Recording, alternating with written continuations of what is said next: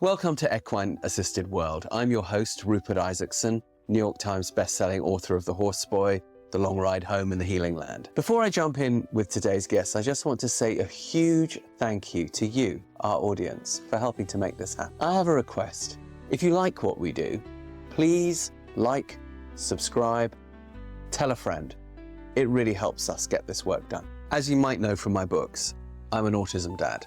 And over the last 20 years, we've developed several equine-assisted, neuroscience-backed certification programs. If you'd like to find out more about them, go to newtrailslearning.com. So without further ado, let's meet today's guest.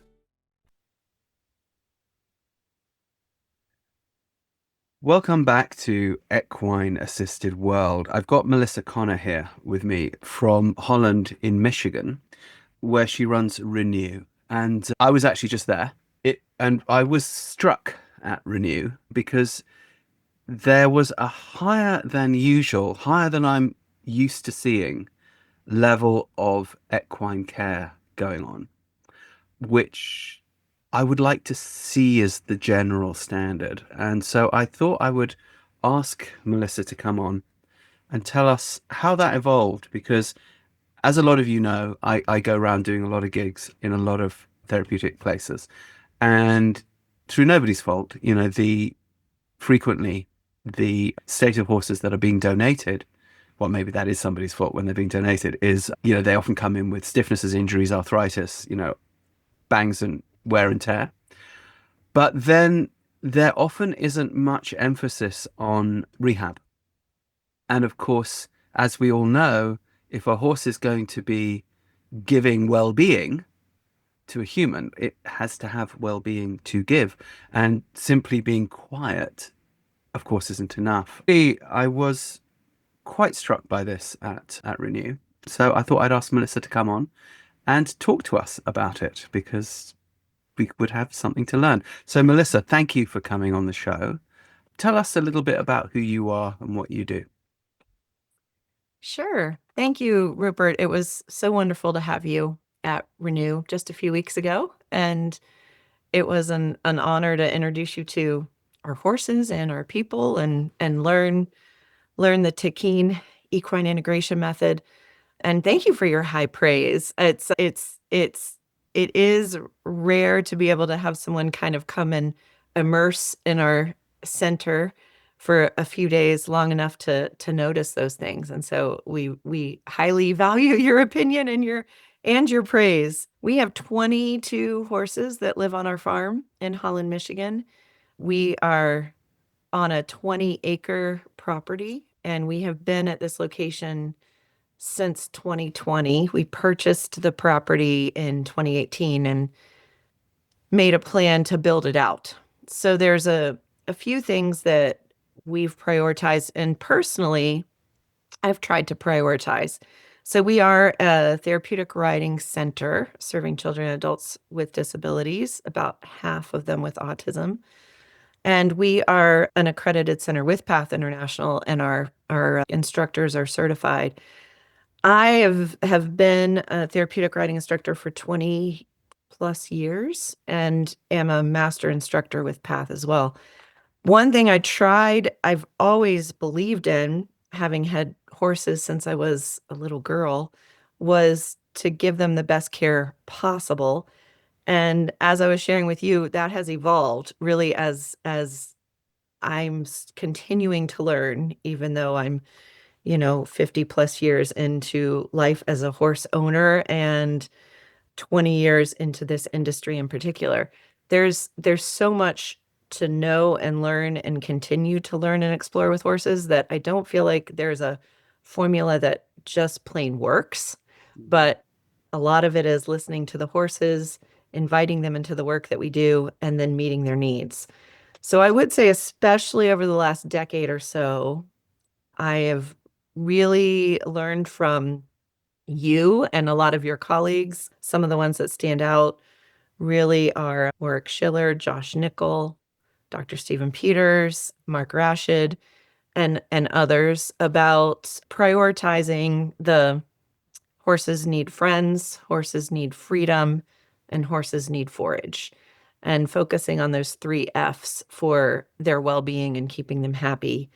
And then even just in the last 6 months or so, not even just looking at horses' well-being as a scale, but even saying, what does it mean for them to thrive? Not just Mm, exist, not mm, just live, but how can they be just like we want for our humans? We want our horses to be thriving in this work. So one thing I've really come to believe in deeply is if a horse is not supposed to be a partner in this work, that we find out what their vocation should be and help make that possible for them. So they don't stay. We don't say, this is the horse that showed up, so this is the horse we're going to use, even though the horse hates it and the horse isn't thriving or loving their work, then we're going to move them on to something else.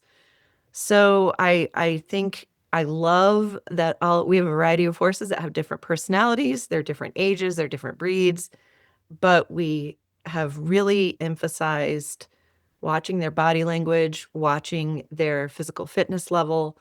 We're so excited to dive into the Takin method just to really help them with their conditioning, but we have had conditioning plans that haven't been as intense as what we just learned with you. Definitely every horse gets ridden by a competent rider once or twice a week, in addition to the therapy work that they're doing. So we've tried to prioritize these things, some lunging, some groundwork. And then we give them those three F's. We make sure that their friend groups are set, and I have a staff that does that, and we've built out pasture groups. And as we were building our property, we put shelters out.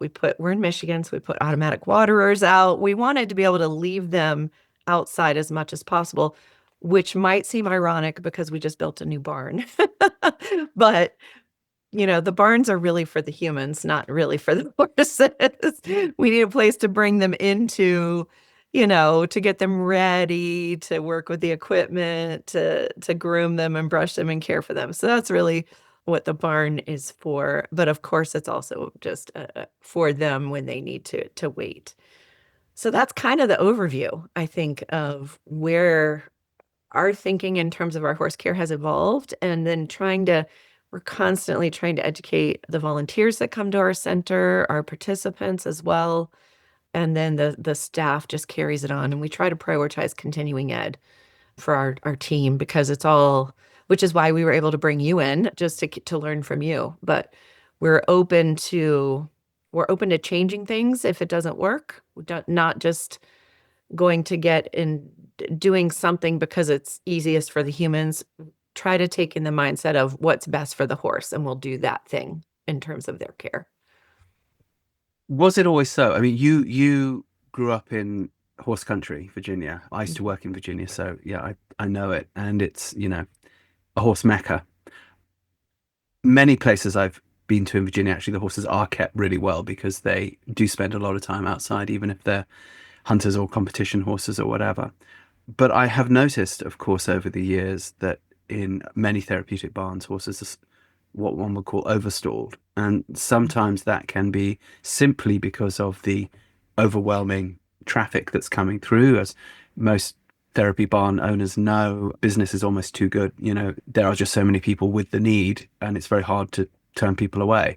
And this can end up in horses, standing in perhaps more than they should. And the idea of turning horses out in groups, I've often seen resistance to that because saying, well, what if, they kick each other, or what if, or what if? And although, I usually say, well, they might, but in the same way that kids in the playground might push each other over, but at the same time, usually they don't. And the mental health is important, and this is what they need. It's a balance we have to do. You must have come, because you came up through the sort of ranks of the sort of orthodox therapeutic riding thing. There must have been an evolution with friends. So can you talk to us about where you began and then sort of gradually how it changed? Because I think that would help a lot of listeners who might be in situations where they're thinking, yeah, I could see that maybe we could make a change or should make a change, but I'm not entirely sure how we might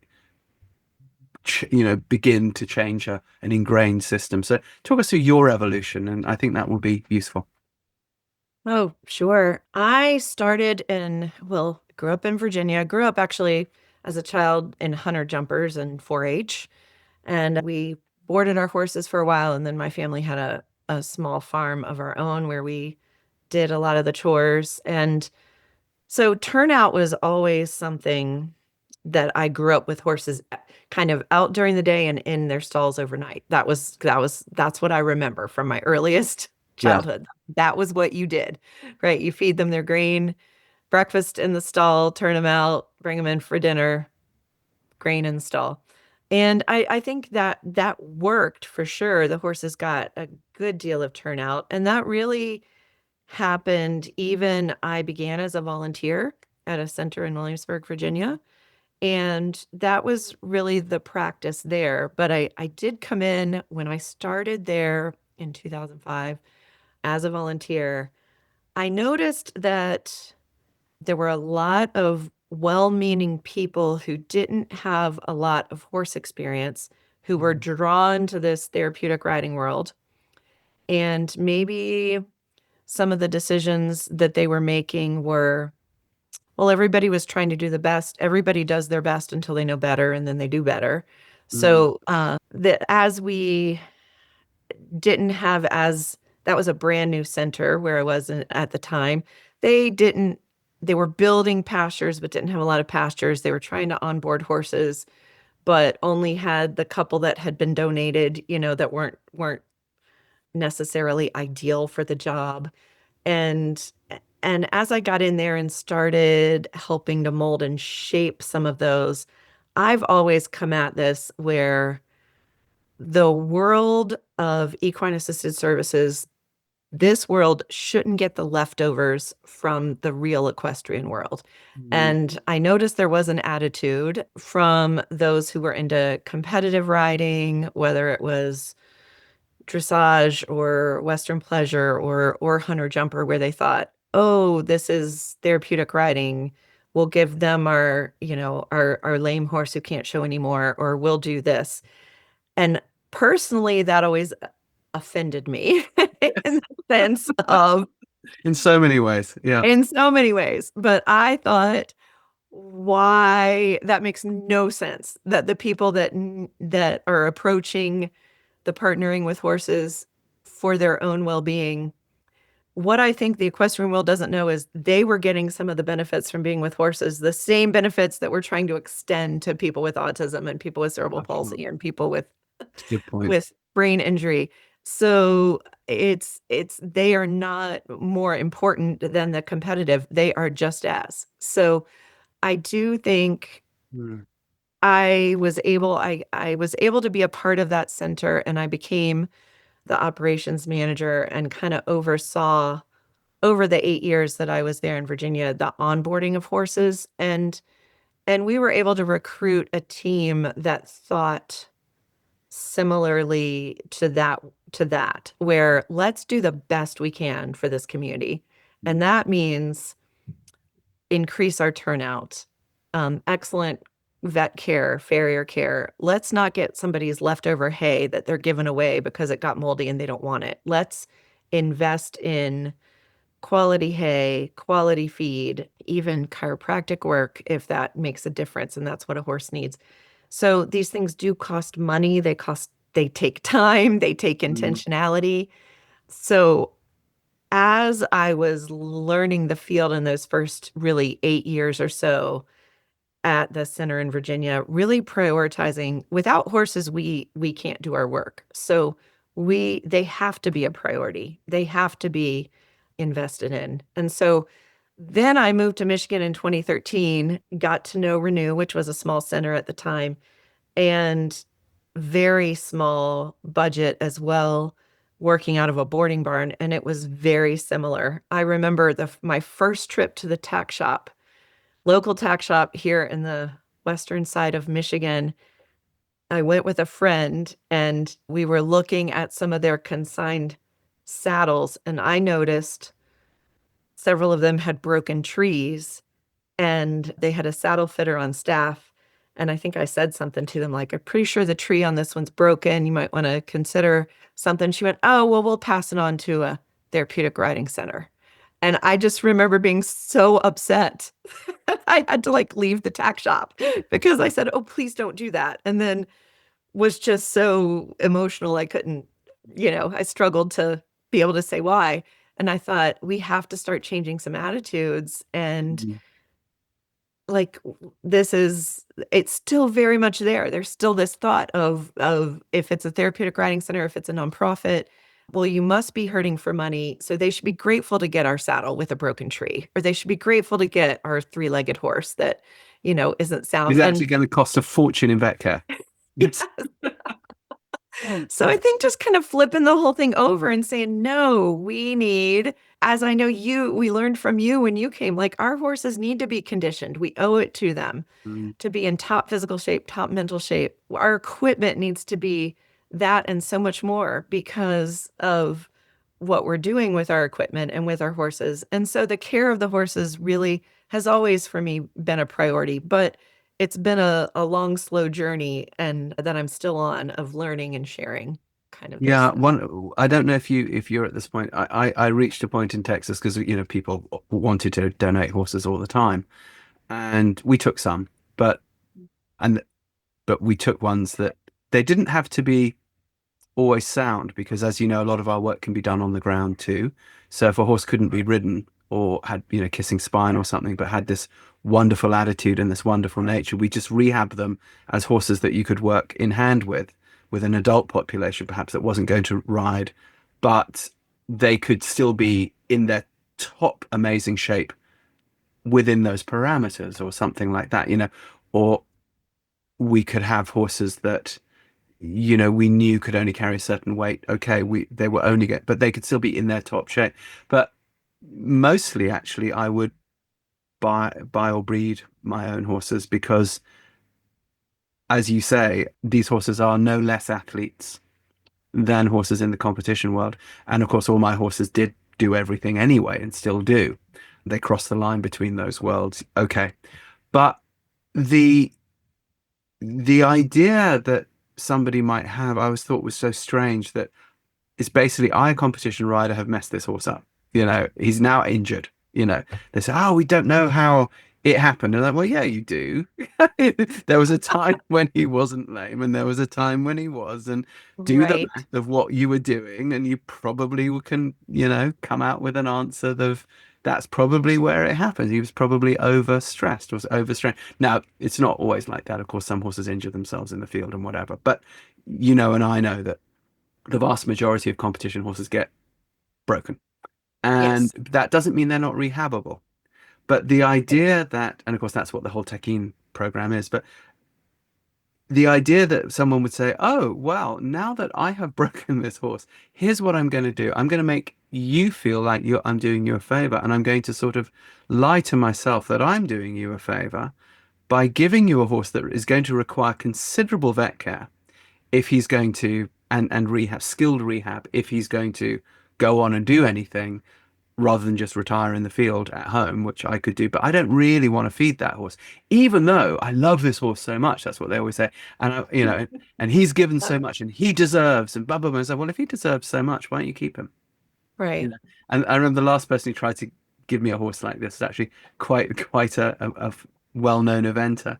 And I said to her, then if the horse if you love this horse like you say you love this horse, keep him. You've got Mhm. fields. Yeah. And then it's like, Yep. well, I don't really want to feed him. It's like, you want me to feed him. Hmm. So what? So you want me to take on the vet care, and while I'm also a non-profit, while I'm also needing to prioritize spending on serving the populations we serve, which, by the way, could be one of your relatives, Mr. or Miss Horse Owner, that's trying to palm this, broken horse off on me. Right. So therefore, if I take this horse, you have to help maintain him because you'd have to do it anyway if they were at home. So what's the difference? Just this way, they're going to have more care. And I've Right. have actually had some people go, you know what, actually, fair enough. And of course, plenty of others who say thanks, but no thanks. Have you experimented with that at all when people want to donate? Because I think this is something a lot of therapeutic program directors can relate to. Absolutely. It's always a fine line though, dealing with horse owners. So Really, I hadn't noticed. Yeah, myself included, probably. The most yeah, times. so we own about half of our herd, and the other half are what we call here in the States a free lease. Okay. I know our accountant hates that term because a lease in the States, it implies money is exchanged when money is not exchanged. Mm, In a free lease, we cover the cost of daily care and in order to have the horse in the program, but we put a cap on the vet care that would be considered normal or standard what we would do, and then if the owner wants above and beyond, that would be what they would pay for. So we have written agreements. We do a trial period. We do a mm, 60-day trial. We can extend it before we accept a horse. If we're accepting a horse for donation, usually it's a circumstance where the owner can't, they're paying board right. somewhere and they usually don't have another option. Right. Not always the case, but usually they don't have another option. Now, what has happened time and time again is we have a free lease agreement with a horse where the horse is in our program for a few years, and then normal course of aging, they develop a condition or a lameness that we can't overcome, laminitis, heart murmur, something where we stay in relationship with the owner. And then we say, are you like our agreement was that you would take the horse back, Yeah. at this point. And then they say, oh, it's been 5 years. My life has changed. I can't take the horse back. Can you retire them, rehome them? And then they assume that it's easy for us to function as a retirement or even a rescue, which we Yeah. aren't. So it's that fine line. So I've tried to make it a priority to know our community well, just the horse people in our area. So we Mm, have been able to rehome some horses just locally to mm, local farms or people who are stakeholders with us, whether they're volunteers or donors or they have those open fields and they're willing to yeah. take somebody on. But it is interesting how the person that says, I was laughing when you said, "Oh, I love them so much and I want them back." That I just had this exact conversation with a person who said that 5 years ago when we got the horse. I love them. I want them back. And I called her about a month ago and said, we're starting to make a plan for retiring your horse and we will. And she said, oh, I can't take him, and she said, I can't take him. You have my permission to euthanize. Well, we said, well, we're not there. I mean, that's Yeah. not what we're talking about right now. Yeah. So this particular horse is dealing with laminitis and a heart murmur that is escalating, but he's not at the end. No. We were just calling to kind of start the conversation that it's moving in this direction. So it does get tricky. It really does. And that's where having the ground programs and the equine assisted learning programs and the things where the horse can still serve in that role. Yeah. We can just because we are on 20 acres and we right now can accommodate about 24 horses. So we serve a lot of people every week. So I have try to vary the workload as we Mm, assign the work. And so we just can only have so many horses in that unmounted category. So absolutely. No, absolutely. And I think everyone can relate to this. I have a funny story. Sometimes it goes the other way. I remember being donated a very nice Dutch warm blood who the person couldn't sustain anymore. And he was a fabulous horse in every way. And so, of course, we kept his training advancing while he was serving, all of the autistic kids. So he ended up with a nice passage and nice changes. And the ex-owner came and saw it and wanted him back. And Yay. and we hadn't done the paperwork as well as we should have, and we had to let him go back. And he was a horse that we were really relying upon at that point. Oh, That said, in retrospect, I can see that the mental health of that person would have been very negatively impacted. I think it had already been negatively impacted at the time where she let him go by other things. And we sort of went in a bit of a huddle, at Horseboy and went, well, it's not really fair, but okay, because clearly it's going to have a very negative impact if we don't let him go. But how are we going to replace him? Um, Right. so I then went and bought a very nice Spanish horse instead, who had a lot of the same qualities. It's it's something I think which really, if listeners are coming into the early stages of their career with this, you really, really, really do need to make sure your paperwork is pretty cast iron. And people like Melissa, I think you'd be up for mentoring people, in this kind of thing, because yeah, one can get Absolutely. Yeah. various And ways. as you know, Rupert, I have skin in the game in that two of my horses are free leased to my own program. So I am well, even though I'm the executive director, I'm a horse owner. And so I also wear that hat. Yeah. I've signed the same agreements. And I love that you said that, you improve the horse. I love that mentality. I would hope that our horse owners and the horses, unless there's, aging and wear and tear that maybe can't be rehabbed at a point. But the idea is that we watch their body scores all the time. We monitor their workloads constantly. We try to make sure the horse is in that happy and thriving. So the horse owners generally stay happy with us if they, when they come and visit, and we make a point. And it does take time and intentionality. That's what a lot of people in this world don't have, but to maintain those relationships and Right. keep. And also to do that work. So that was actually intriguing to me because, as you know, when people are learning the Takin program, for example, one of the draws about it is that it helps to end the time conflict between how on earth am I going to condition these horses when I'm overwhelmed with the number of clients I've got and I'm short staffed and of Mhm. course with Takin we're saying okay, you do it all at the same time. The lunging session, the in-hand session, the long reining session is while you are serving your client, and therefore these problems go away. And then we also have the crazy time thing, so the horses get to go nuts and express themselves as well, but that can also be a client session, and there's lots we can learn in that.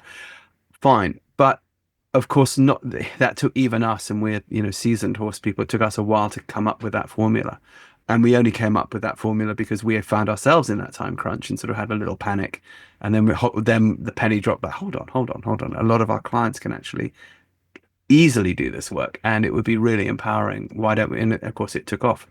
When I came to your barn a few weeks ago, and there were three geldings that you pulled out, and they all displayed these like giant top lines. And this is my bugbear always in therapeutic riding. It's like, where's the top line? And one of the reasons I'm so anal about it, obviously, is because in horseboy method, we ride with a child in front. So we're having to think about that small amount of extra weight. Usually these are small children, it's minimal, but nonetheless, we really need to think about this. And because we have to put horses into collection for the oxytocin effect to happen, we have to do a lot of training, which involves a lot of top line. Okay, fine. One of the things which I often notice in the therapeutic world is lack of top line. And I won't say it doesn't bother me because that's where you sit. And particularly if the horse is older, and they usually are, to neglect the top line is, I don't want to say negligent, but it's hard to find another word because that's where the client sits, and the client is not going to sit well. They often cannot sit well. That's the whole point, is that we're giving them a horse which can accommodate their needs, but it means we have to be extra vigilant about the horse's needs. So I'm usually going like a top line. You pull out these three horses. I'm like saying, Yeah. damn in the southern way where you put a Y in the middle. Damn. It was like, wow, I'm not used to seeing that. And I'm like, okay, what's she doing? So for listeners, these three geldings came out, and they were three distinct breeds. One was a part Frisian, one was an old Irish draft, gorgeous, Yeah. and the other was an Anglo-Norman, I think, Spanish Norman. Spanish Hmm. Norman, right? And they just came out glowing with attitude and fun and spice and top line. And I was like, okay, what are you doing? And this is before I've touched these horses, by the way, listeners. I cannot claim any.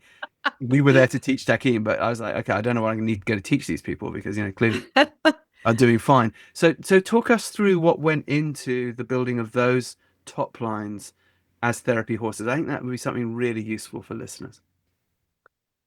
Great question. So I have always thought, and even from early days in this work, that the horses need for their mental and physical well-being to be worked correctly under saddle in a discipline that they were familiar with. So in the cases of those three, like Will, he's the Irish draft. He was an eventer who developed a roar, couldn't compete anymore, and his owner graciously thought of us, reached out, was afraid he was too big. We love him. He's a goofball. He's powerful. He's a goofball. He really shines in our veterans program. Our veterans are really drawn to him, big, powerful horse. Mm.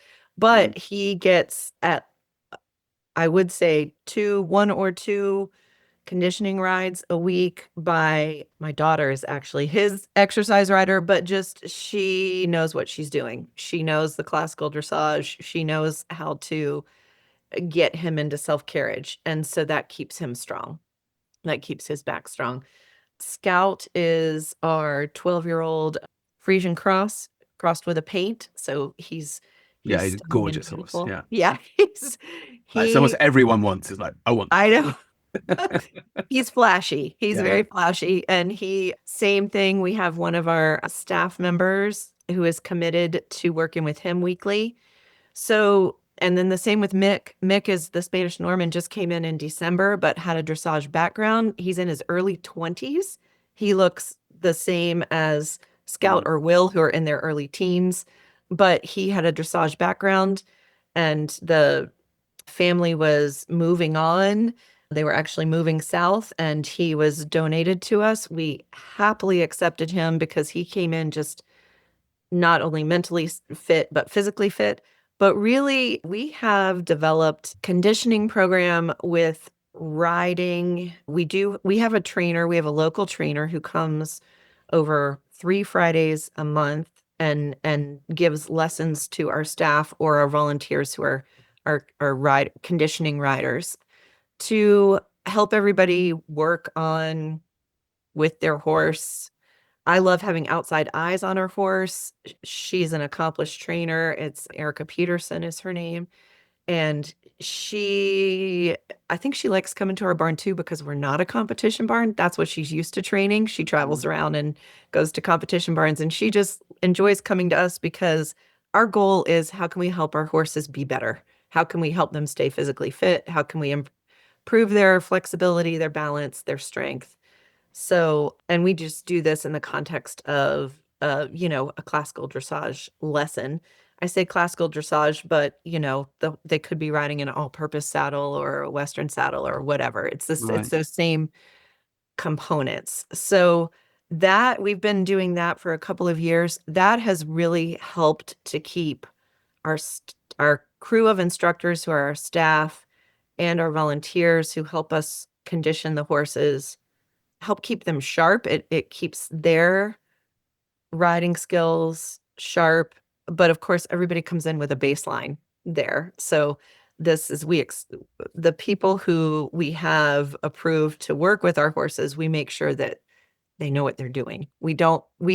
Believe me, we get asked all the time, can I ride your horses? Can I ride your horses? No, we don't just let anybody ride our horses for conditioning. They have to be approved. So we have a method of doing that, and then we just make that a priority. So the horses get that work. That's why I'm so excited to add Takin into what we're already doing, to just add the benefit, the groundwork. Right. Well, right, because when one is relying upon riding, there are some issues there. One is the rider has to be competent to work a horse over the back.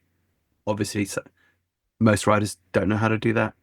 The riders that do know how to do that may or may not be in your program. Um, Right. and then, of course, it's whether or not the horse can be ridden. And also, if we're relying upon riding, then even if you have those riders in your program, as you pointed out, only a very small number of your personnel can do that. Whereas with the lunging and the long reining, obviously we can now get everybody doing it, Right. regardless of their equestrian skill. But Right. If you're in the equine assisted field, or if you're considering a career in the equine assisted field, you might want to consider taking one of our 3 neuroscience-backed equine assisted programs. Horseboy Method, now established for 20 years, is the original equine assisted program specifically designed for autism, mentored by and developed in conjunction with Dr. Temple Grandin and many other neuroscientists. We work in the saddle with younger children, helping them create oxytocin in their bodies and neuroplasticity in the brain. It works incredibly well. It's now in about 40 countries. Check it out. If you're working without horses, you might want to look at movement method, which gets a very, very similar effect, but can also be applied in schools, in homes. If you're working with families, you can give them really tangible exercises to do at home that will create neuroplasticity when they're not with you. Finally, we have taquine equine integration. If you know anything about our programs, you know that we need a really high standard of horsemanship in order to create the oxytocin in the body of the person that we're working with, child or adult. So this means we need to train a horse in collection, but this also has a really beneficial effect on the horse's well-being. And it also ends your time conflict where you're wondering, oh my gosh, how am I going to condition my horses and maintain them and give them what they need, as well as serving my clients? Taquine equine integration, aimed at a more adult client base, absolutely gives you this. that brings me actually to another question, which is, I know how busy you are. Finding the time to get the horses ridden over the back in this way is not easy. How do you manage that time?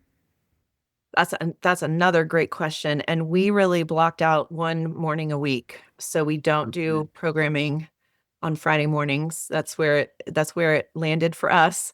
That's our conditioning time, and so we just have it blocked out on our schedule. We don't provide services. Okay. Now, every now and then, there's a special thing where we have to shift. That's why I say it's about 3 Fridays a month that actually happens, and then those we assign person to horse. So, I'm assigned a horse, various people are assigned a horse. If we can't get to that horse that week, like travel, meetings, it's our responsibility to assign to make sure somebody else works the horse so that they get it. We have a checklist, we have a Google document. We all go in and write notes, if somebody didn't get a canter lead or if somebody was stiff in one direction, we make notes on that. And all of us who are conditioners can see what we're doing with our horses and with each other's horses and make suggestions and help each other. But like you said, there's a baseline of riding ability, and that is something that we have struggled with, but we also want to develop in. Well, that's the question. Again, most places don't have access to those riders. How did you? Okay, your daughter's part of the program, granted, but nonetheless, I mean, you're lucky that she enjoys riding. But even with that many horses, it's very difficult to find that number of people anywhere who have the ability. If one's lucky if one finds one or two, let alone 5 or 6. So how do you find those good riders and bring them into your program? Such a good question. I wish I knew the answer other than I'll give you my best answer, which Mm, is I think because and as the leader of the organization, I've tried to set it as a priority. I think we set the bar where we want the bar to be and then wait for people to come meet us there. So it's mm. not a perfect system. Even now when I tell you we have 22 horses, well, I'll take out the minis, because we don't ride the minis. But so say we have 18 horses that need to get conditioned every week. I think we have 12 approved riders currently. That's a So lot. I mean, I yeah. think a lot of places would dream of having that many good riders. Yeah, we have 9 instructors, which is also a high number of instructors.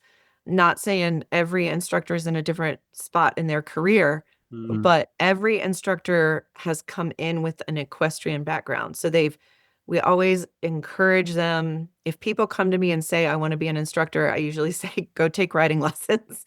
Go, like, what is your background? Because you need 5+ years of riding instruction with a good trainer, usually at another barn, riding different horses, not starting on our therapy horses, Yeah. and get your base level of skills so that you know what that feel is. You understand what balance is. They understand how the horse moves. They understand the weight shifts that happen, the bending that needs to happen, that crossing over, bearing weight on that inside hind, all the things that you brought to us in groundwork. The hope is that our conditioning riders have that. And then they start as volunteers. I think every person that we've hired on our staff, maybe with one exception because she came from out of state, but had started with us as a volunteer, and we get to know them and we see their work ethic, we see their abilities, and then they're over time have been hired. We have a staff of 13 right now. Not everybody is a rider, and that's completely fine, but they participate in the program or are responsible for different parts of the program in some way or another. And then that circle gets bigger with that handful of volunteers that we find. So I'll give you an example of a good friend of mine. I met her soon after I moved here to this area, but she was a trainer. She's now doing something else, working in schools, actually in an autism classroom, but she exercises our horses. In fact, she exercises Mick, that Spanish Norman. But she was a person hanging out with, and she's an incredible rider, understands all of those things, but doesn't currently own a horse, had kind of moved out of that world. And so the gift of her coming back into our program, and she can be a conditioning rider for us. Like, you just got to find those people. And it's not easy, but I think when we set the bar and build those relationships, it will come. There's also sometimes it can be a matter of geography. I've been traveling to that Grand Rapids, Michigan area for a couple of years now, and I was surprised, and in a very pleasant way, by the kind of level of education of a lot of riders in that area. It was very interesting to me.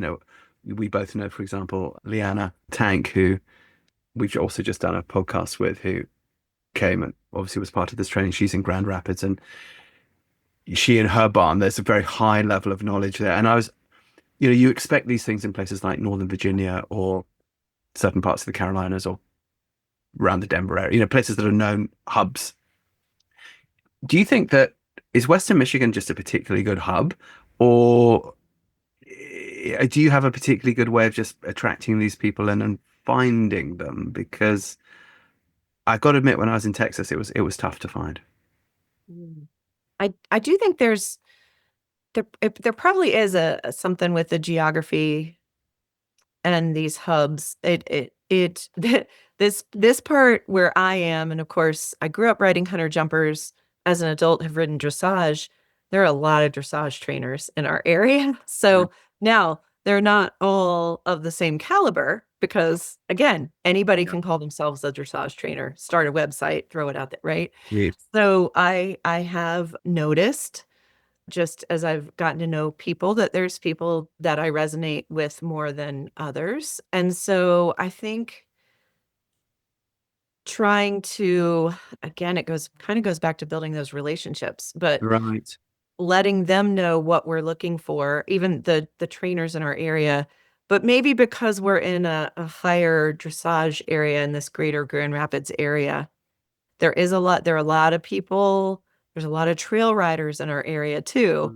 And I have met, and even in the process of trying to mentor people in therapeutic riding, sometimes I'm surprised, people who say they're lifelong riders, or, oh, I've been riding for 40 years, and they don't know how to post the trot, or they don't know how, because they hop on their horse in their backyard and will go off on a 10-mile trail ride through the woods and come back and they didn't fall off. So that's the extent of it. So there's still a range, but I I do think there is an emphasis on classical dressage in our area, and I do think that that helps. That trickle down effect of just understanding the movement of the horse, understanding the muscular development and how they power themselves, and all of that feeds into what we're talking about, having that nice top line, having happy horses, and horses that are able to then do this work. But I try to prioritize knowing people because those are the pipelines for the kinds of horses we want Mm, in our program. And so people need to trust you.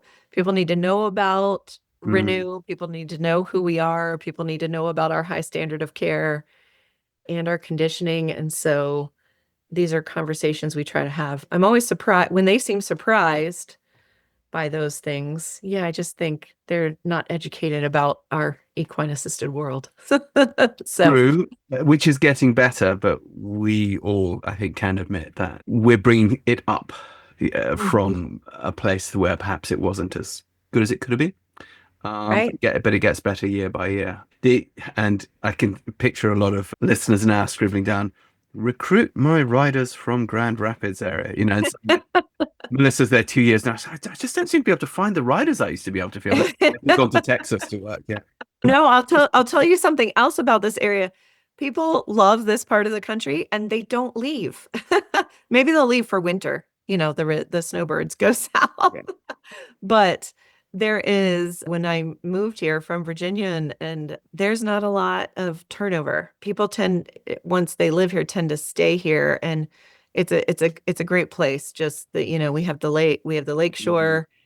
There's land. I might have shared with you, I love the area where I live because I'm 10 minutes from absolutely everything that I need in my life, a 10-minute drive. So I don't really have to, it's not a stressful place to live in that sense. And there's plenty of open farmland still around for people who Yeah. looking for horse farms. So, It's very true. It's very true. And the real estate prices are attractive, folks, mhm. as is the landscape. But you do have to contend with February. Yeah. Okay, so down to the horse welfare aspect too. One of the other things that really struck me when I came to you was the horses live out. As you say, you have built this very beautiful barn, which smelled great of new pine wood and everything, and had no horses in it because the horses were all outside, and that was great. You also grew up though with horses being stalled and stabled. So at what point did you begin to make that shift? And because it's quite a big one to make. I think a lot of us that grew up with horses being stalled, it was a hard habit to break. I broke it myself at a certain point, but I do remember a certain amount of internal resistance again. But it's quite nice to have the horse in But then I just saw how happy my horses were when they were just in that perma herd, and I was like, okay, fine, they're going to be out. Yeah. But I so talk us through how that evolved, because you don't see it in a lot of therapeutic places. Really, I feel like I discovered it in a sense by accident because, like I said, I moved here from Virginia used to having horses stalled at night or at least shelter. I had my horses at home and they were in overnight and out during the day, which is nice to do. In Virginia, we would reverse the turnout in the hot, hot, hot, humid summer, where Right. they're out overnight and in under fans during the day. In Michigan, we didn't reverse the turnout, really just kind of had them. So I moved here with that mentality.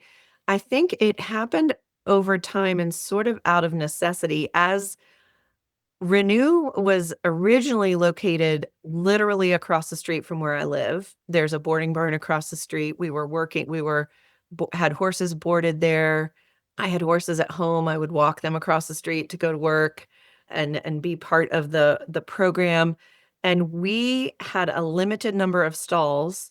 And we had an agreement with, after I'd been here a year or two, we made an agreement with the property owners to lease 3 acres, and we really kinda had our own pasture, and we had a small covered arena where we could do lessons, and we threw up a couple of stalls over there. Our program was growing so rapidly, we had more horses and more people to serve than we had room for. Mm, So we started kind of rotating pastures or leaving them out as much as possible, really with the intent of we could serve more people. Now this was, 12 years ago or so, And the horses were doing great being out all the time. So we were just noticing, our older guys, it's better for them to move. They're happier. And even the younger ones coming in, they were happier in their pasture groups. So we had a couple different options over there. We had a smaller paddock. We had one big field and we added on another field, but we had some gates, we could close and so we just shifted to where they were out almost all the time. So if they were in a stall, there was a reason for them to be in a stall. Either it was they were waiting for a lesson, they were waiting for the vet, they were waiting for the farrier, or even had a horse that we got who had equine narcolepsy. Oh, I've And encountered one of those. Yes. yeah. And our vet said, keep him outside. He was not comfortable. Basically, he would not sleep. We were bringing him in every night and he was sleep deprived because he wasn't comfortable sleeping in his stall. He was a big guy and our stalls weren't huge. And so we had to get really creative with him but really turning him out was better. We didn't have the issues that we had. I once had he fell asleep while being groomed with a student and, he forgot to lock his legs. I mean, he went down. So he was definitely sleep deprived, which I've since learned is way more common than we think. Mhm. But again, keeping them out where they figure out their herd dynamic, let them sort through it. They get their rest time, their work time, kind of trust the horses. They know how to do this better than we do. And so is really over time, it evolved. So even as we were building this barn, we built a 24 stall barn. We put paddocks, as you saw, Rupert, when you were there. We put large paddocks outside of every stall with a Dutch door. So if the horse does need to be in, they can opt in or out with their small paddock. And really they come in every morning for breakfast. That's our routine now. So they're in as close to 24 hours a day as possible, but they come in for breakfast, we feed them, and that gives us a chance to do body checks, notice any behavior changes. If there's any treatments that need to be done, they can be done by that morning crew. And then they go back out. So they're in the barn an hour, maybe two, depending on what's happening that day. If they're working, then they might stay in for their lesson, those not go back out. And then we just rotate through the day. So they come in, they often don't go to their stall. Sometimes they go to their stall to wait for a lesson, but it might be 15 minutes in a stall. And then it's time to move them to the grooming area, the cross tie area where they get ready for their work. So it really, I think we have a good rhythm now, but people sometimes are surprised to say, in Michigan, you leave them out 24 hours a day? I remember hearing you speak in Grand Rapids last summer and to the dressage barn, Leanna's barn there, and you said, well, go out and ride the hills, even in the snow. And I remember the ladies going, what, in the snow? You want us to go outside and trot up and down hills? And you were like, yes, go. So it's funny. We have, in some senses, we have covered arena. We have a heated arena, but we can. Which I did appreciate when it started to snow there. And But I think then we forget, but we can still go outside and there is value. It just gives us options. So we are blessed that we've been able to build a facility all from donated money to meet our needs, our horses' needs, our riders' needs. But we can still go outside. I try to have that mentality too of we don't have to stay in this temperature controlled indoor arena. Even in February, there are times it can be okay to go outside for half an hour. Yeah, exactly. The horses are fine. They're better for it. It's the humans that need to bundle.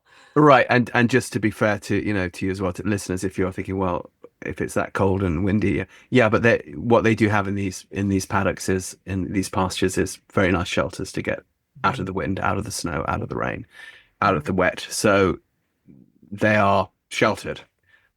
Yes, in large groups. And we have the same setup here in Germany. The horses can wander from pasture into the sort of open area where there's free feeding hay. And then from there into large, long sheds with a nice sandy bottom if they want to get out of the weather. whether it's hot or whether it's cold. And it's so interesting to me what they choose and when they choose. And when they really don't choose, you're like, you sure you don't want to go in there? No. Yep, yep, I know it is. And then there's sometimes we tried to build, large shelters, but then, if there's 3 in a pasture, and 2 are in and 1's out, you wonder, like, did they tell him he couldn't come in there? Or is there a little dynamic going on? But so we do blanket our horses or put rain sheets on, but not everybody all the time. It varies by horse. We watch them. We want them to have a coat, develop their natural coat. But if they get overly sweaty in work and we might need to clip them, then we'll do a blanket. Or it's very individualized. We make a chart for who needs to be covered when, and we watch. So it's not always the human is cold, it's below 50 degrees. Every horse gets their coat on today. It's much more individualized. But the proof's in the pudding, Melissa, because the horses look fabulous, and I saw them at the end of the winter, which is always, that's the telltale time, right? If you're going to see horses looking not good, that's when you're going to see it. My own included, so hats off to you. Well, thank you. Now, this talk about, as you said, you had to build the whole thing with donated money, and Renew obviously started from very small beginnings in a boarding barn, and it's now quite an impressive facility. Funding is the big challenge that faces everybody, especially in the USA, where there is no government assistance for any of this stuff. We're on our own. We know it. Even Path International is just a standalone nonprofit. Here in Germany, for example, the Curatorium for Therapeutic Riding, it's actually part of government. It's part of the Ministry of Health. It's part, there is a certain amount of funding. There's a certain amount of funding for those programs through government, et cetera, et cetera. Now, the big question I'm always being asked is, how do you do the funding? And of course, there's so many ways to approach this. We had our ways of approaching it at New Trails. How do you do it? Because you really are having to fundraise quite significant sums there, and you did a really big build. You're continuing. I know you're adding a non-mounted learning center, which is very exciting because of movement method. I'll be wanting to get in there, and So tell me how you do your fundraising. 'Cause I think people do need guidance on this, mentorship on this.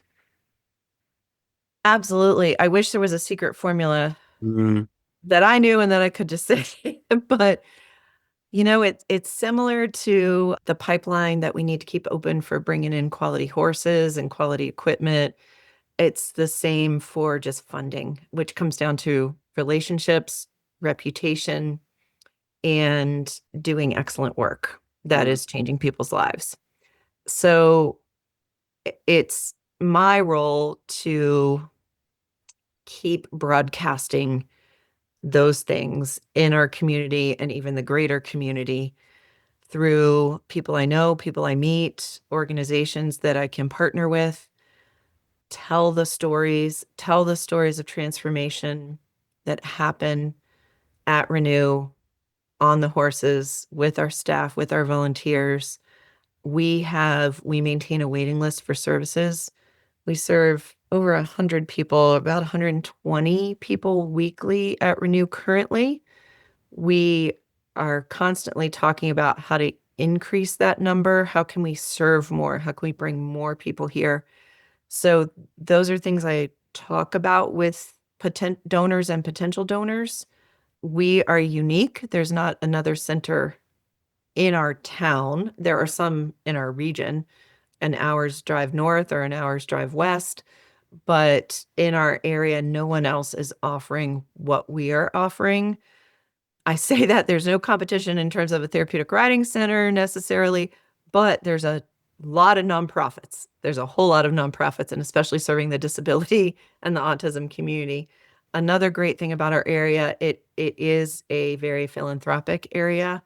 There are people here who have means, who are willing to support programs like ours. So, but it takes years. It takes years to build that reputation. one of our core values is excellence. So going back to, we do excellence in our horse care, we do excellence in our staffing model, we do excellence in our service model.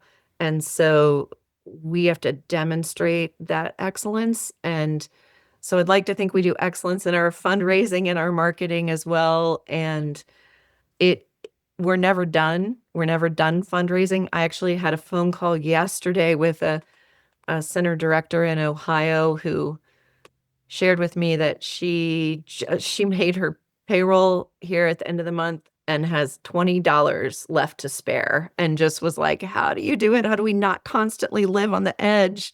And that's such a hard question, because yes, here in the States, when we depend on the donated dollar to offer these services, it takes strategic planning. It takes leadership from a board of directors or from people willing to have that vision, and then people saying this needs to be in this community. I've said over and over again, Renew needs to be in this community because we're serving 120 people a week and we have a waiting list, and we are not going to stop. And also, my vision is beyond me.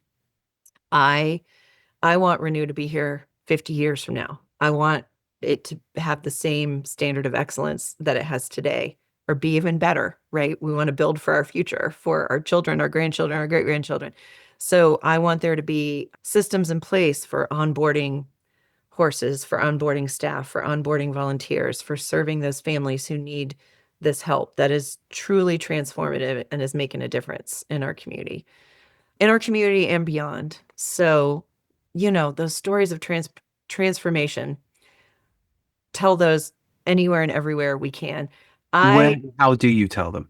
Yeah, good question. I love to get people to our farm because that's the best place, is to show them. Mm-hmm. But I start by, we are members of our local Chamber of Commerce. In fact, talking about Grand Rapids, the Grand Rapids Chamber just reached out to me yesterday and said, we want to meet you and hear about what's happening. So I'm like, okay, great. So I'm going there to talk to them about who we are.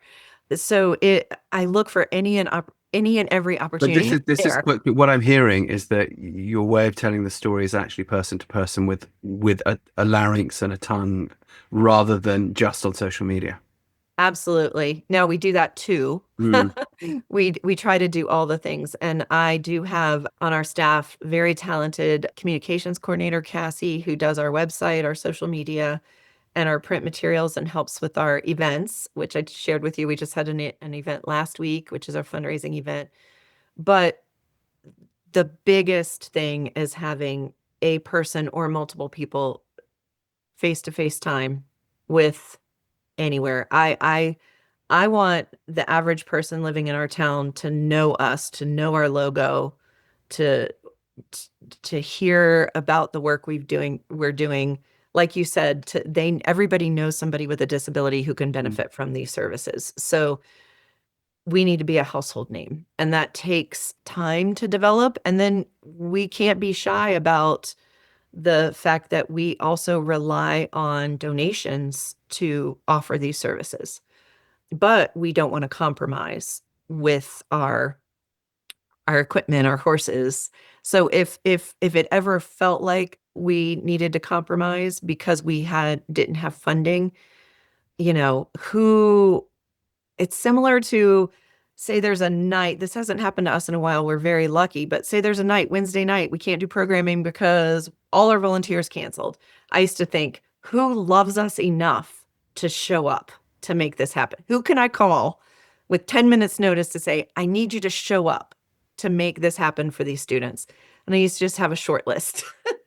Now, you don't want to live that way every day, every night, but those moments happen. So that was kind of the advice I shared with this colleague yesterday, was, who do you know who you can say, we barely made payroll. Payroll's coming again in 2 weeks. I need you. I need you to step up. And this is our need. How can we do this? So I try not to live in that, it's on fire way. I think a lot of therapeutic riding centers do live in that space. And maybe the growth was too fast. Maybe the growth was, sometimes it's when we bought our property, we were bursting at the seams out of the boarding barn. I told you I had horses at my house. We were borrowing neighbors' horses. We were borrowing boarded horses. We had horses of our own. We had 3 acres, but it was part of this larger farm. When I think about the things that we did for those few years, like it was nuts, and we shouldn't. It was not. But I brought people to the property and said, we are bursting at the seams. And I think I shared with you, Rupert, I had a volunteer asked to have lunch with me who said, I've noticed, what's your 10-year plan? What's your 20-year plan? And I was able to share that with her. And she gave us a significant donation, which became our down payment on our farm that Renew was able to purchase. Just have that plan. Yeah. So to be able to, because I was thinking about it all the time, I knew what we had wasn't sustainable, but we also had to demonstrate the need. We had to demonstrate that this is worth investing in. We have a plan, worked hard to have a good reputation in the community, happy to share the mission, vision, values with anybody who wanted to know. And then the right people are drawn to us. And it's not for lack of initiating. I tried to, there's some generous families in our town, and some of them are our donors. Not all, now there's some that I wish were our donors that aren't, but you never know what's going to pique their interest or how you get their attention. So you never stop trying. I remember sending just a letter of introduction to people I hadn't met before, but saying, I would like to invite you to learn about our mission. I think I sent out 100 letters. I think I had 2 responses, but one of those became one of our major donors. Absolutely. I have a story to tell about that, and it's actually not to do with the therapeutic riding part of my career. When as you know, I was an activist, human rights activist in Africa for quite a while. And when I was first getting going with that, because I'd made the mistake of agreeing while sitting on top of a sand dune during a conversation with a San Bushman hunter-gatherer called David Kruiper, he said, you're a journalist, Rupert, assuming that I had all this power, which I didn't. You need to get us to the West so that, we can tell our story and get our land back. Get us to the UN. And I went, okay. And then afterwards, I'm like, oh my gosh, what did I promise? In the event, we did. And we got them to the State Department and all sorts of places in the end and actually got the job done. Okay, great. But I remember at the very beginning, I was thinking, okay, what am I going to do? And I recently published a book called The Healing Land, which told the story of my time there, or at least the early part of my time there. And so I thought, well, I got this book, and so I can use that as a bit of a platform. But, it's 50,000 books published a year. Just because you published a book doesn't mean a whole lot. And I'd actually just recently moved to Austin, Texas, where I didn't really know anybody. But we'd moved from Denver, where we had some friends and had been active in the horse community. So I thought, well, if I go there and perhaps do a little fundraiser at the big tattered cover, that's the big independent bookstore there, I think a few people would show up and probably, maybe get some donations going. And I started a little non-profit under someone else's own. So anyway, I thought I've got to start somewhere. So I started with that. So I had to fly from Austin back to Denver with money I couldn't really afford to do. And so let's say the whole thing cost me $500-600 to put on, which at that time I didn't really have. And 5 people showed up. However, one of those people subsequently went and talked to a friend of theirs. And about 3 months later, I got an anonymous phone call saying, okay, we've researched, you don't even know who I am, blah, blah, blah, but I've researched what you were talking about. It's legit. We're going to back you for 1/3 of the budget. And if you tell other people that we're backing you, you'll get others as well. And sure enough, so what that really hit home to me is exactly what you said. Get out there and tell the story, and don't worry if only a couple of people show up, because you just don't know who they are or who they might go talk to. But it sure as hell won't happen if you don't do it. So one of my strategies used to be go talk to all the Rotary clubs. Like I would draw a circle. Yep. Get 2-hour radius and say everyone, all the Rotary clubs, because they've got to have speakers, right? Right. Yeah. And so they're crying out for speakers, and usually the speakers they get are like crashingly boring. So if you get in there with a lovely PowerPoint of kids having an amazing time with ponies, I mean, it's like absolutely. Well, I think you'll like this because you're such an engaging speaker, but I always, and people think this is crazy in these Rotary clubs, but I always have people sit on their hands and feel their seat bones, and then just Yeah. describe the 3 planes of movement of the Brilliant. horse and get them rocking in their seats and There shifting you their go. weight, and they feel their pelvis move. And then I can draw that line to, we can provide that movement, and this is what it does for the people, and these are the stories. And then people were like, wow, that was so great. I'm like, all you did was have them sit on your hands. I used to joke that I'm the youngest of 3 girls in my family, and we had the old station wagon in the 70s growing up, and I remember my mom saying, sit on your hands back there, like in the back seat. So I used to say, no, I don't know, I had to do this as a little girl, so we didn't pick on each other, or nobody picked on me, but sit on your hands, indulge me for a second, and feel those seat bones and understand the movement. But yeah, I've done that talk at multiple times at Rotary clubs. But similar to you, after I spoke, I think the first time at a Rotary club here in a neighboring town of Saugatuck here in Michigan, I had a couple days later a man give me a call and say, heard you speak, loved what you said, I would love a tour. So set up a tour, met his wife.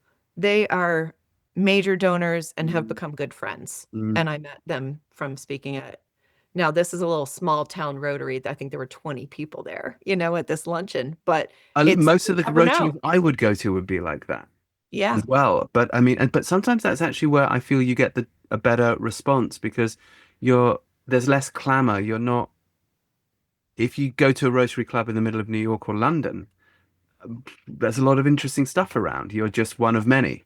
Yeah. It's sometimes better to be a big fish in a small pond. Yeah. Yeah. Right. Yep. Absolutely. Absolutely.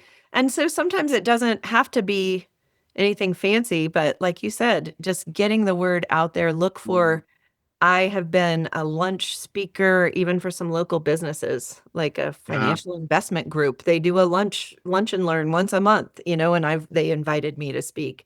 And that was because I met somebody at a Chamber of Commerce networking event, which I go to those and take take all my cards, brochures, and Yes. so those kinds of things do take it takes time, but getting that word out so that you can invite people in. And I think that's the way to go. Tell the story, get it out there. But then if people could come to the riding center and actually see with their own eyes and see the students, and how powerful is it to see either a child on the autism spectrum go from, getting out of the car, entering the barn, to being on the horse and seeing that empowerment and that pride and how they glow when they're on the horse. I think the donors need to see that and need to see.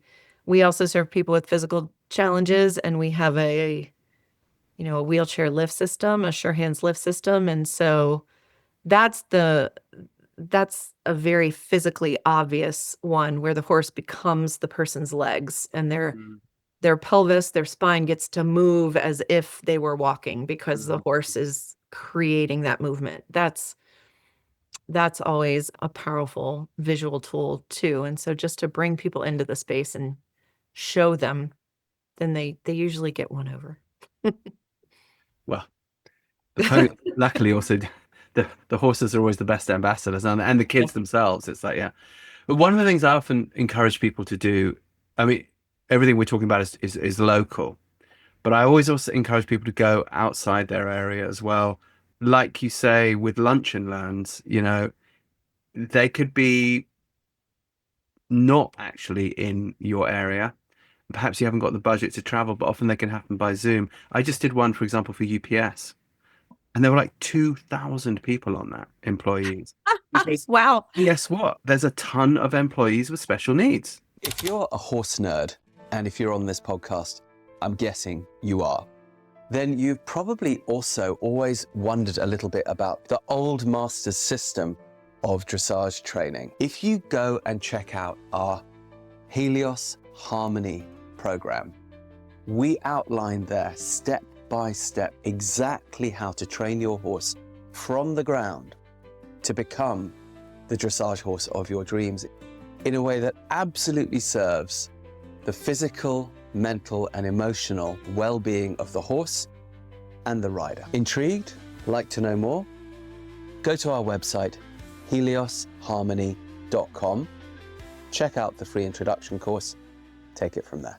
We always Yeah. found members with special needs. So Yeah. the Lunch and Learn people at UPS, they look for, and they actually have all these different clubs within UPS. So they have a whole special needs section. I'd gladly hook you up, and Wow. so people were just coming. I was doing it from Germany, but most of the people were in the US, but actually they were further afield as well. And then what happens is, I think this is where we can really help each other as a community. So I had people at the question saying, well, I'm sitting here in North Carolina, or I'm sitting here in Colorado. What can I do?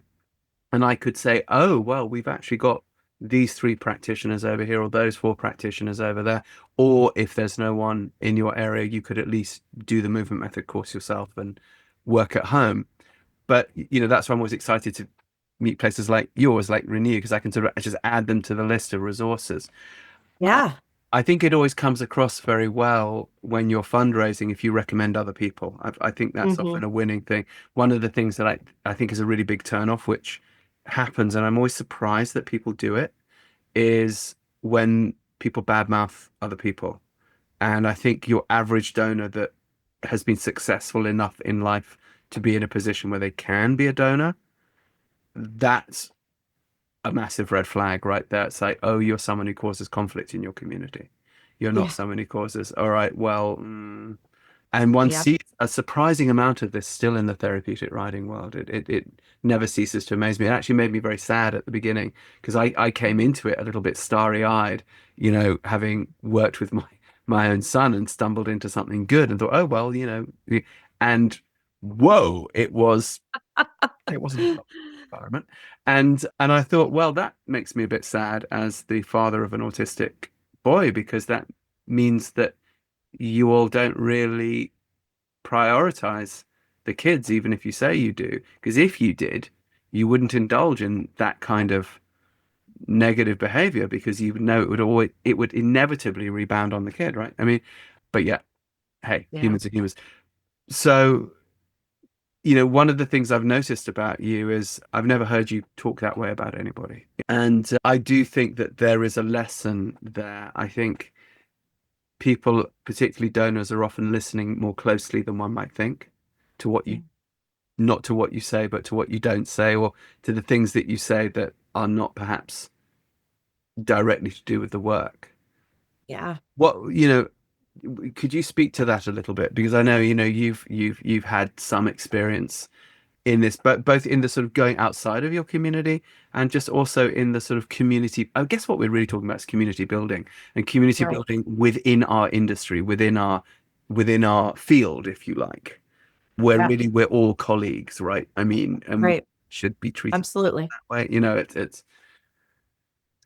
Yeah. I know I have a good friend and colleague who just says it's crazy. We bring horse people and we bring advocates for people with disabilities. Both tend to have intense personalities, and we just throw them together. And so is there a surprise that we have a difference of opinion sometimes? fair enough. No, but I do, I resonate with what you're saying, absolutely, because people do have intense feelings about equine assisted services. They have intense feelings about this work. They have intense feelings about their horses, about their son, daughter, nephew, grandchild, neighbor, friend, who's receiving services. Mm, And so I think everything does get magnified in our world. And fair point.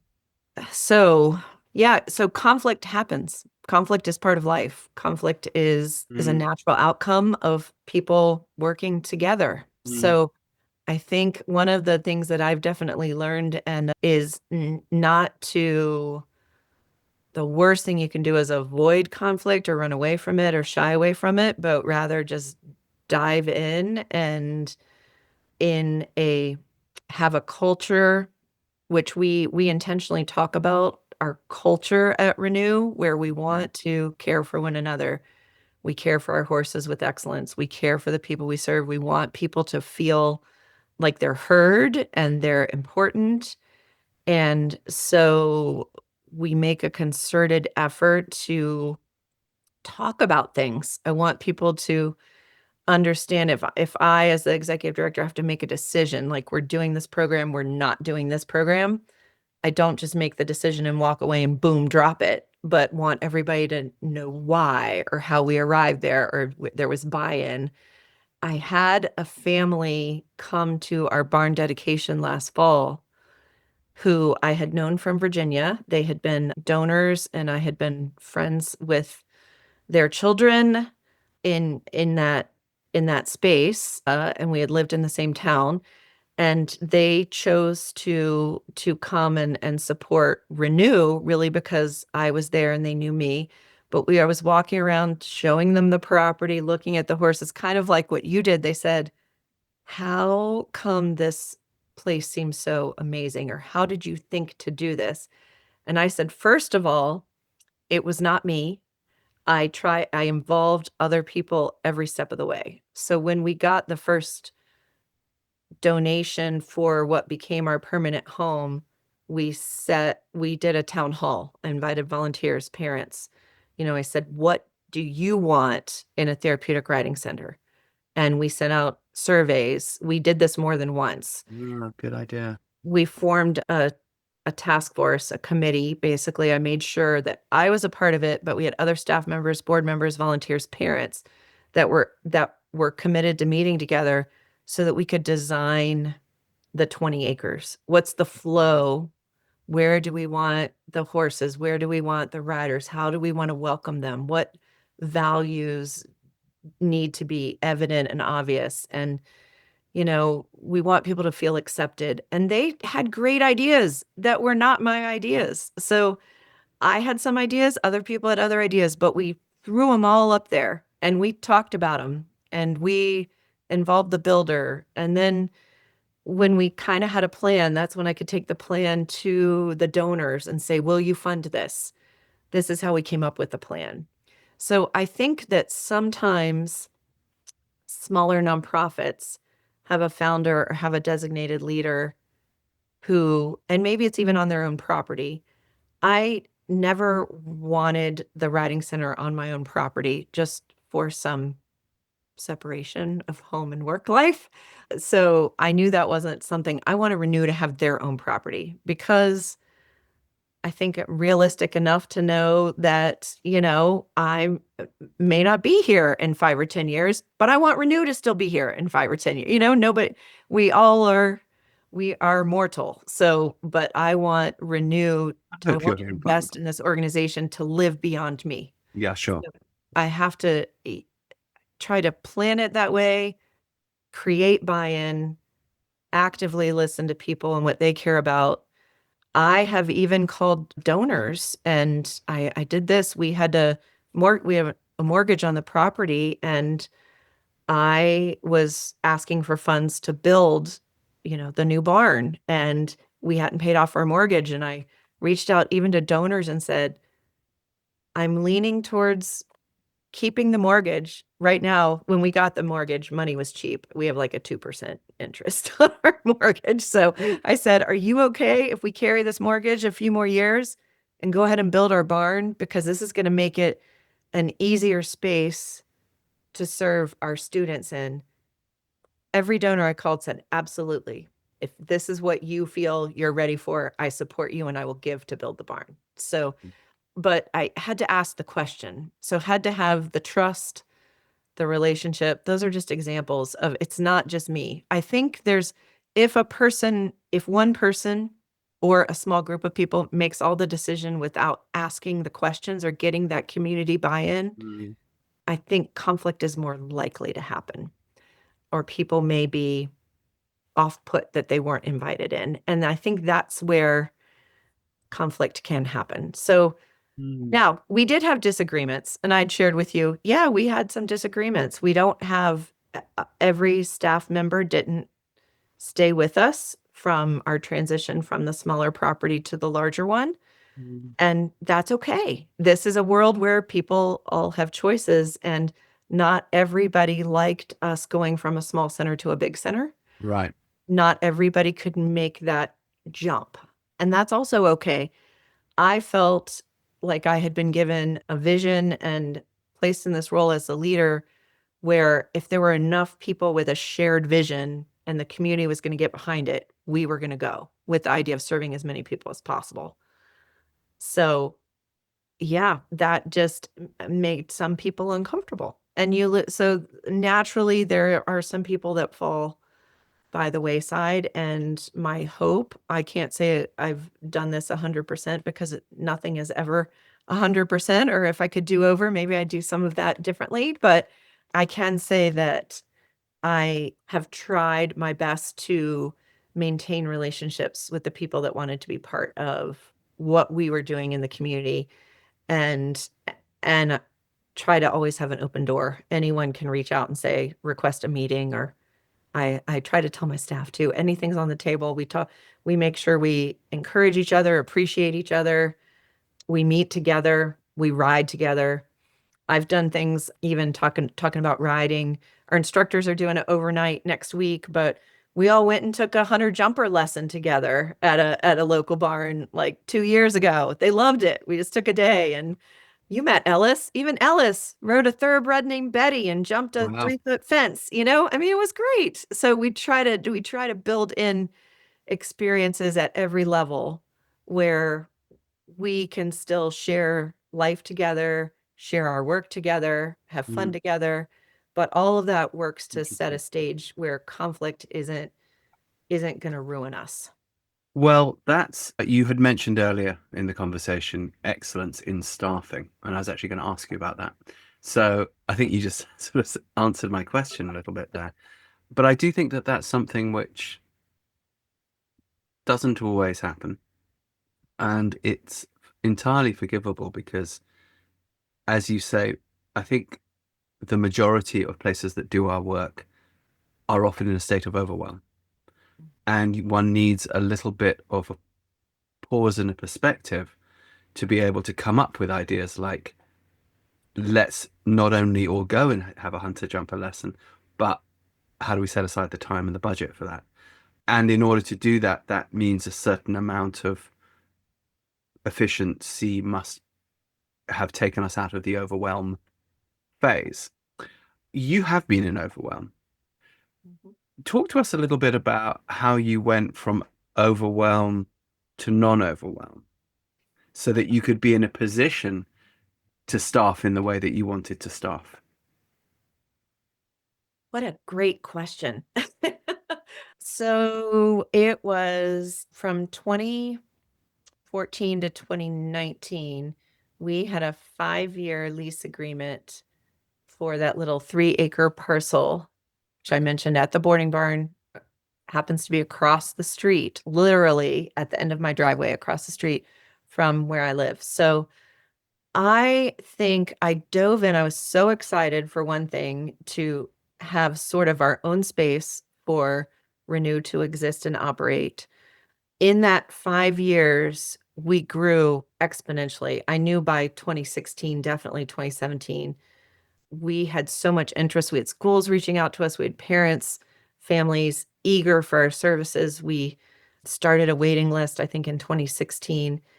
I knew it was temporary. I think I was willing to put in the work because I knew when 2019 rolled around, we had to go somewhere else. We could not stay where we were. We were not going to. It was a 5-year lease that I had signed, in 2014, and it was not sustainable. Right. So I think I saw that there was going to be a light at the end of the tunnel. So I could work really hard for those few years, and yes, overwork myself for those few years. Learned a lot along the way. But then we knew that something better was going to happen. But like I said, I knew we needed an answer. It was in 2017 that a volunteer noticed, who ended up being our donor, who gave us the down payment for the property that we have now. That's our permanent home. I didn't initiate that. I was just trying to stay focused on the mission and do good work. I was trying to do good work, and I was willing to work hard to do that good work for that period of time. If that had not happened, where would we be? I would have preferred to move to a different property that would have better served our needs, but we were just going to wait and see. So for us, it was divine intervention. The stars aligned. Anyway, the donor stepped up, and we were able to make that move and make that plan. But I always knew it was temporary. So 5 years might not feel like a long time, but it was it was a while. 5 years of overwhelm can be. Yeah, well, the proof's in the pudding, Melissa. What you've achieved is it was beautiful to see. Thank you. What I would encourage listeners to do is reach out to Melissa and even consider going up there, because it's a beautiful facility, but it's also not a ridiculously overwhelming facility. It's not the Kentucky Horse Park. It's on a scale that one could imagine doing oneself once one had a certain amount of momentum rolling. But I think that I would like to see a lot more mentorship within our field, because most of us bootstrapped it. Most of us fell into it. Most of us, we certainly didn't get into it for the money. And we found ourselves here. Now I think it's changing. It's now becoming a really viable career path. We're really seeing this in Ireland, for example, where the government really got behind horseboy and movement method. Once it was very clear that at a place called Liskinnet Farm, man David Doyle, who I've talked about before, sort of proved that they could take very violent people who had up to 3 minders with them at any one time, each of which is very expensive, and bring that down to 1, consistently over 5 years of this thing. And of course, this got government attention, and eventually they said, okay, we'll back it. And now suddenly we're looking at having a different type of problem, which is, how do we staff these large new facilities that are coming up with the government backing? Because yes, sure, there's a lot of good horse people in Ireland, but now that there's government stamp on it, they've got to have these qualifications, they've got to have this, they've got to have that, and the pool narrows. You can't just have your friend from down the road who's good with ponies. That's not going to fly anymore. So the industry's shifting, and it's good, because when you and I began, we were lucky if we could find volunteers. The people that we ended up employing, or that you still employ, we had to really scramble to find that budget. Now, as things change, it's not a thing that people have to think about beggaring themselves to do, or just volunteering, or perhaps working for a pauper's wage. It's shifting. With that shift, however, comes the next set of challenges, which are good challenges to have.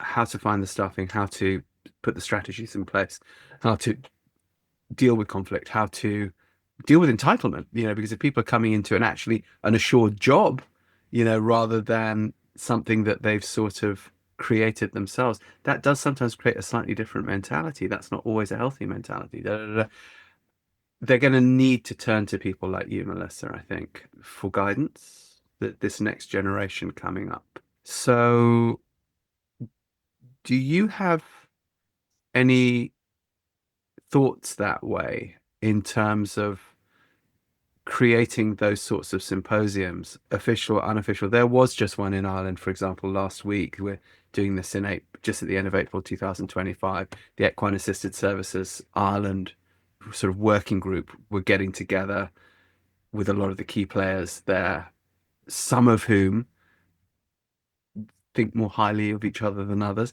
but yet they're beginning to be able to sort of bury those hatchets and actually get in the same room and do it, because we're realizing, no, we're going to the next level now. We can't be a bunch of kindergartners. The US is obviously a much bigger organism, divided into regions. But are you starting to think along these lines as well of starting to create these, if you like, think tanks, really. Yeah. I believe you have nailed it on the head that mentorship is what our industry needs more than anything. And we tend to have doers, people that like to be part of the magic that happens in the arena, the magic that happens between participant and horse. But we do need people excited to go out in the community and tell stories, people who know how to plan strategically, people who know how to do something like create a budget, raise a budget, balance the books, write job descriptions. And Watch those Rupert are, falling from the room. Yeah. I know. Those are skills that people don't get into equine Wow. assisted services to do those things. They think, oh, that's the business side. I have at times feel torn because I love the direct service. That's what drew me to the field. I grew up loving horses, riding horses, but when I saw the transformation that happened with children with disabilities, that just became my passion. There was nothing else I wanted to do.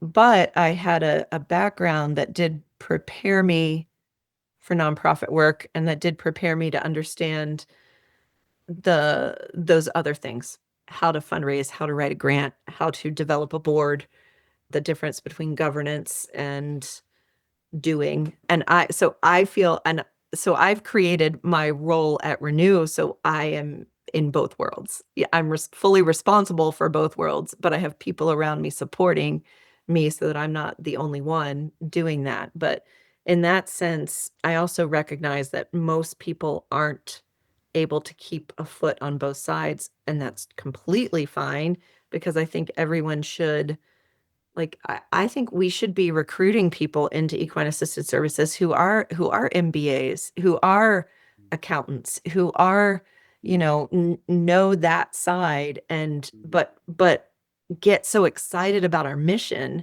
that they want to help. That's who our Yes, board. because at the moment we get those people if they have kids that we're serving, and Yeah. then they become part of the organization, but we don't necessarily get them if we don't. Yeah. If we don't. No, you're exactly right.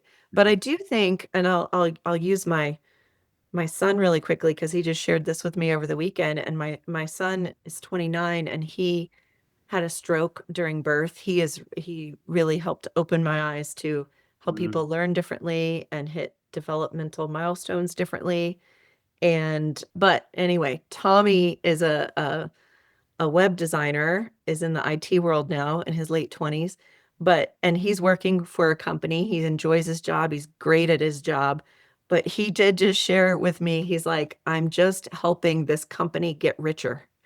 He said, feeling a little like I wish I was spending my days doing something that was making a difference in the world other than just making this company richer.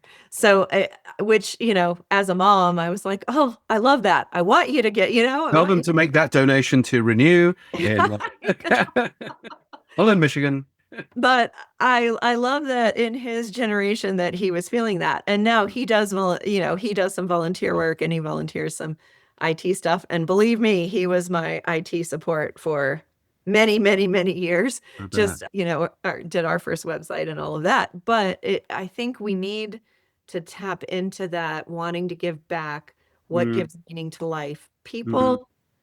Most people feel good making a financial donation, a donation of their time, talent, treasure, but we need to be networking with people and giving them opportunities so that a riding center can develop in a balanced way so that you can have a budget, so you can be able to hire the right people at the right time and pay them a living wage, and not just a living wage, a competitive wage. And yeah, I mean, we could talk for days. So this is needed. I've been part of just kind of a movement within PATH trying to educate some people on how to think strategically and some of these business side.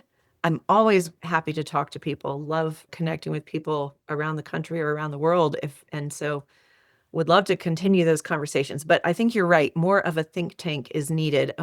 A greater support system is needed so that people aren't just out on their own trying to do it. And then all of a sudden they realize, wait, I didn't do X, Y, and Z. And now I'm in danger of, losing my 501c3 nonprofit status here in America, or something like that because I forgot to file the right piece of paper. So there needs to be somebody paying attention to that side of things too, and thinking 10, 20, 50 years down the road, because this industry is the fastest growing It really is. industry. No, it really is. It really is. And it's only going to grow more. Yeah. So we just need to equip people to sustain it into the future. So there, listeners, what's your 5-year plan? What's your 10-year plan? What's your 20-year plan? Actually, let's not use the word plan. Let's use the word dream. Dream. Yeah. Because, what are you excited? Where are you excited to go? Not where do you feel you ought to go? Oh, well, I guess we should go over here. What makes your heart light up because I've generally found that effectiveness seems to follow excitement. Anything that I've not been so excited about, I might have been able to pull it off, but it always felt that it came at a massive cost of energy, and as you know, the stuff one's excited about, one just doesn't even notice really the work one puts in. It's just like, it almost feels recreational. Absolutely. And that's what happened to me. I was so excited when I started as a volunteer. I found myself thinking about the horses, thinking about the students, thinking about what if I was the instructor in that class? What would I teach? How would I do that? How would I condition this horse? So then just doors start opening up, when there's a need. And then I had a chance to fill some of those needs. And it felt like it was a passion. I couldn't not do it. Yes. That grabbing by the collar, that seems to happen with life, and we get pulled in. Yeah, I'm very glad it happened to you, because you're doing extremely, extremely good work out there, and work I just really look forward to seeing how you develop it. And you're sort of in that geographic hub in the Midwest there, that what you do can really radiate out and influence. So we're sort of right now at the 2-hour mark. Do you have any last thoughts? Is there anything that you would like listeners to go away with from their time with you, or that you would really encourage them to think about? Not every, there's newbies listening here, there's seasoned campaigners, and all points in between. What would your closing? Another great question. I've loved getting to know you. I've loved the Horseboy method since I learned about it, 15 years ago or so when your book came out. And even though I was in Path International, I think there's so much that we can learn from each other. So I choose to continue to learn, continue to kind of keep an open mind. I loved learning the Takin method, and I'm so excited to incorporate that more fully into our conditioning program and into our service offerings at Renew. And that is a whole new thought. Like, I didn't know that was going to be something I'd be excited about. So I think just being open to learning from those who have paved the way ahead of us. I also know when something doesn't resonate with my core values, and that's okay. But I also think just sharing, having your people, have your team, have your community, and it can be global. Like you said, it doesn't have to just be geographically in one location, but people that you can lean on, discuss with, bounce ideas off of. Keep learning, keep growing, because I'm excited about the future of equine assisted services. I think we're just at the tip of the iceberg. I think that these program offerings, every person who deals with a disability or a challenge to their daily living, I think, deserves the chance to have a meaningful interaction with a horse, and that can potentially change their life. And our vision statement at Renew is positive life change with every horse experience. And we try to have that caring environment, positive energy, so that there's a chance for that life transformation because of what we do. And I think we all of us in this world have the opportunity to offer that out to the world. And that just excites me. Brilliant. Yeah, stay curious, basically. Basically, yes. Keep challenging yourself, keep learning new stuff. Yep. I couldn't agree more. Absolutely couldn't agree more.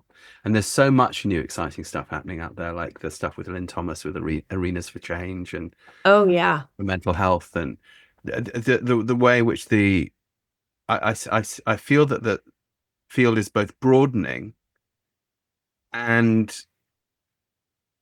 each yeah, it's like there is now much more cross-fertilization happening.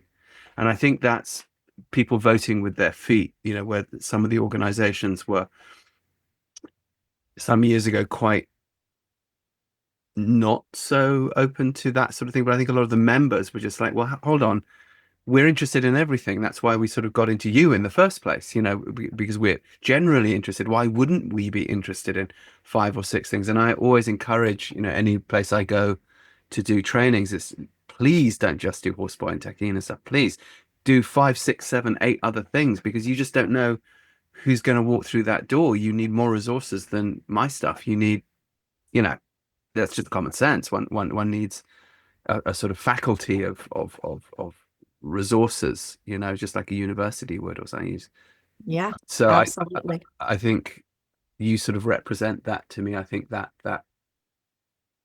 positive outlook, because that positive outlook is actually the effective outlook. It's actually the practical outlook that just, like you said, it's service driven. It's about the child. It's about the adult. It's about the person coming to us for services. It's not about us.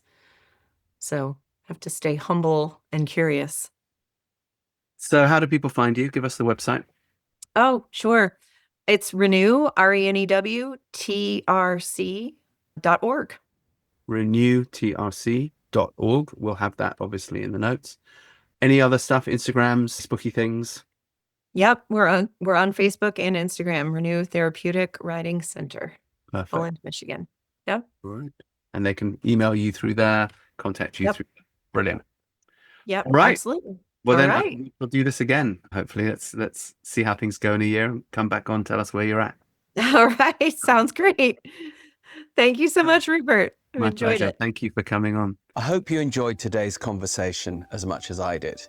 If you like what we're doing here, please do like, subscribe, tell a friend. It so helps us to get this valuable work done and the message of equine assisted stuff out there. And if you're interested in more conversations, you might want to check out our Live Free, Ride Free podcast. And if you'd like to support the podcasts, please go to rupertisaacson.com and click on the Patreon link. If you're a professional in the equine assisted field or are considering a career in the equine assisted field, you might want to check out our 3 certification programs: Horseboy Method, Movement Method, and Tackine Equine Integration.